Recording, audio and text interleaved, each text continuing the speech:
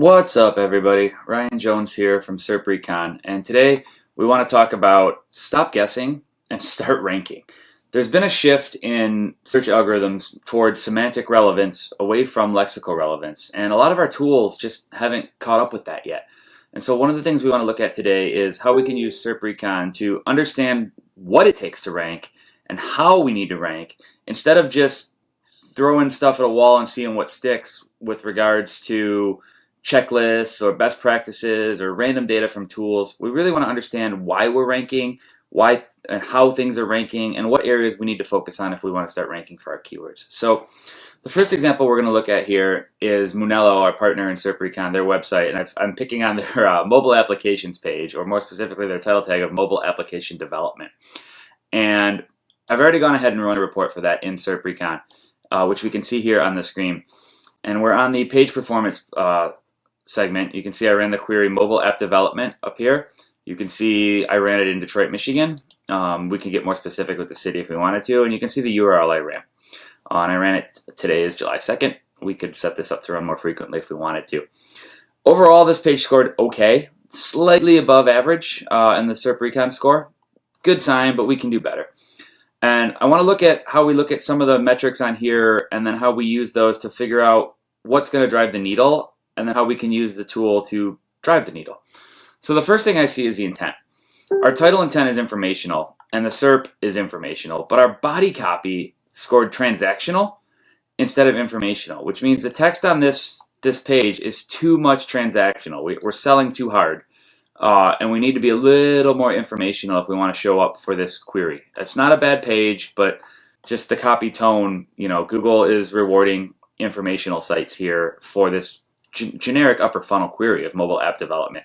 It is a more upper funnel query, so it doesn't surprise me that we're seeing the SERP average be informational. So one of the key learnings is, let me change the tone of my content.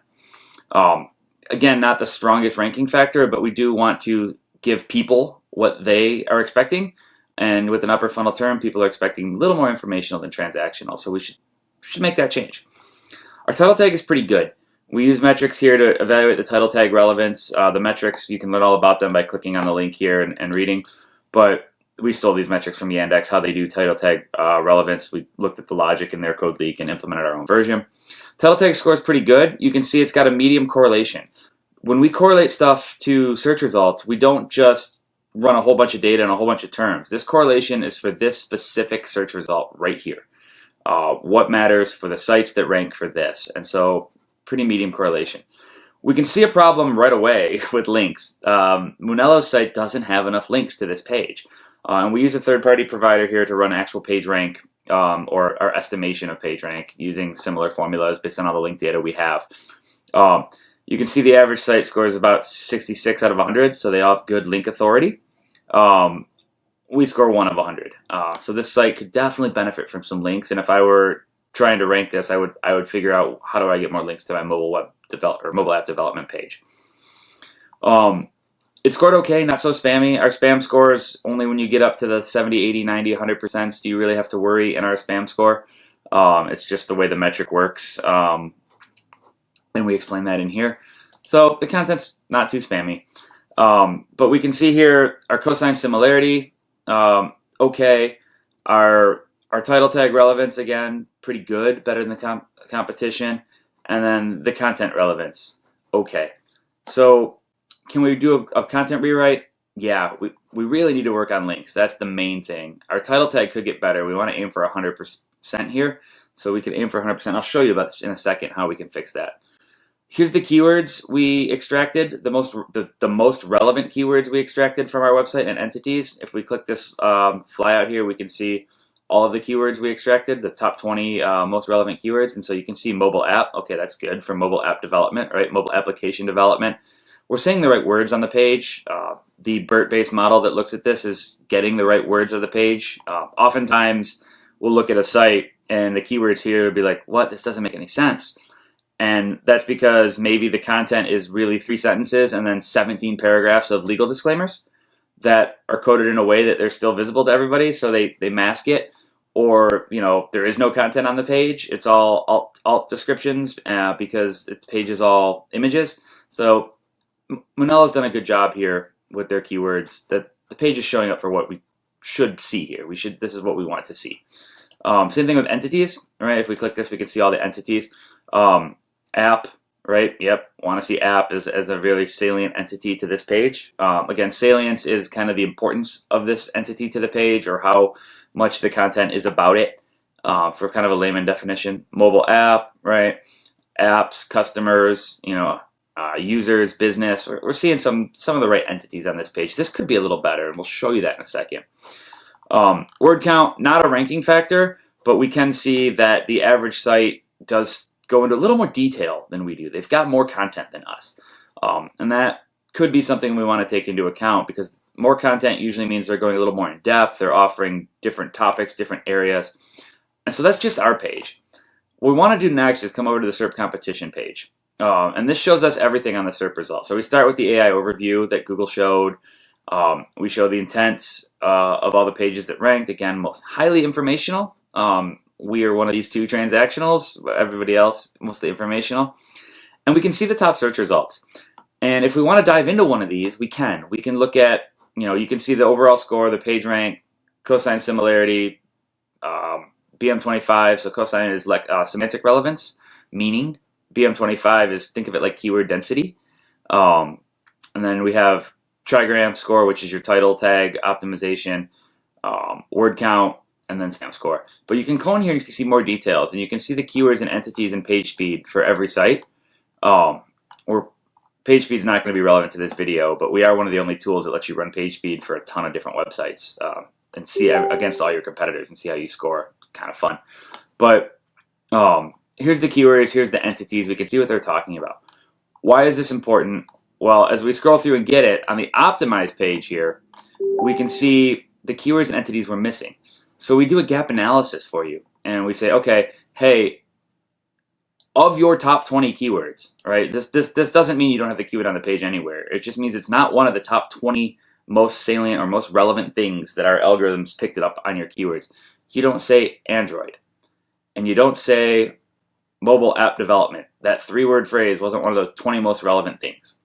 So you got to say this more. Right, app development, right? We picked up app, we picked up development, but the phrase app development itself wasn't one of the 20 most salient things. Add that. Rewrite the copy. Entities we're missing, right? We're talking about AI. AI is huge in app development right now, so we need to mention AI because everybody else is talking about that and we're not, right? Talk about developers. Talk about Firebase and BuildFire. I don't know what those are because I don't create apps, but if everybody else is talking about them, app developers might, know what that means to talk about it. So there's some relevant stuff in here in the entities too. And the great thing is we can go in here and we can go edit our stuff right in line. So instead of mobile application development, we can maybe change it to app development.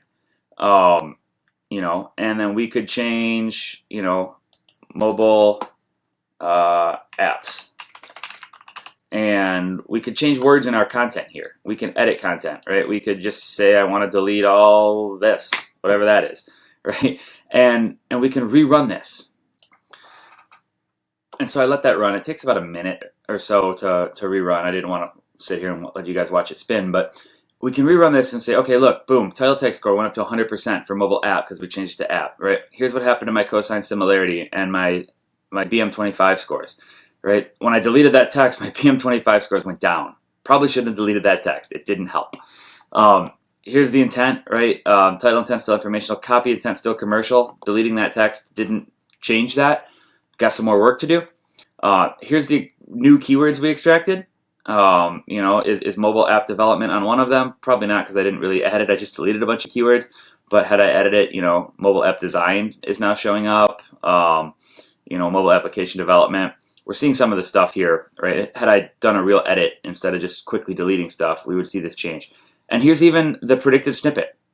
We can see this is the sentence that would be most relevant to that mobile app development phrase. And you can see it doesn't actually say mobile app development because we're using semantic relevance here, right? We design applications, mobile technology. So through using vectors and semantic relevance, we know that this is the most relevant sentence. Can we do a better sentence than this? Probably. So we want to work on that. And so one of the things we can do is we can go back up here to the optimized content outline. And what this does is this feeds all of the data from the SERP competition page, all the keywords and entities we extracted from everybody in there, the intents, basically every piece of data we get, feeds it into our own AI here, and we generate an outline. And I'll show you what that looks like. Boom. Takes 15 seconds.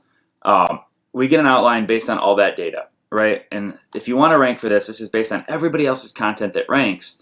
Here's what you need to do. You need an overview of the application development, the importance of mobile apps in today's digital world, right? Talk about the differences in platforms and the types of mobile apps versus native or hybrid or web, right? The different tools and software.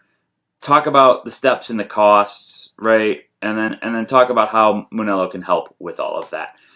Outline's pretty solid. We stopped one step short, but you could just take this, copy it, put it into AI with your goals of your page and write your article. I don't recommend doing that. I recommend using real humans to write your content, but it's here, if you want it to be here. And now we'll look at another example in a second here. All right, so I did the same query here, or a different query here for a free keyword research tool, and I ran it against one of my free tools, SEO Data Viz, which go check out if you want. It's a completely free keyword research tool. But one of the cool things too is you can understand not just why something ranks or how something ranks, but we can look at different algorithm changes. So we can compare different reports. So I'm going to compare this report from July to this report from April, and that should give us a good example of what changed.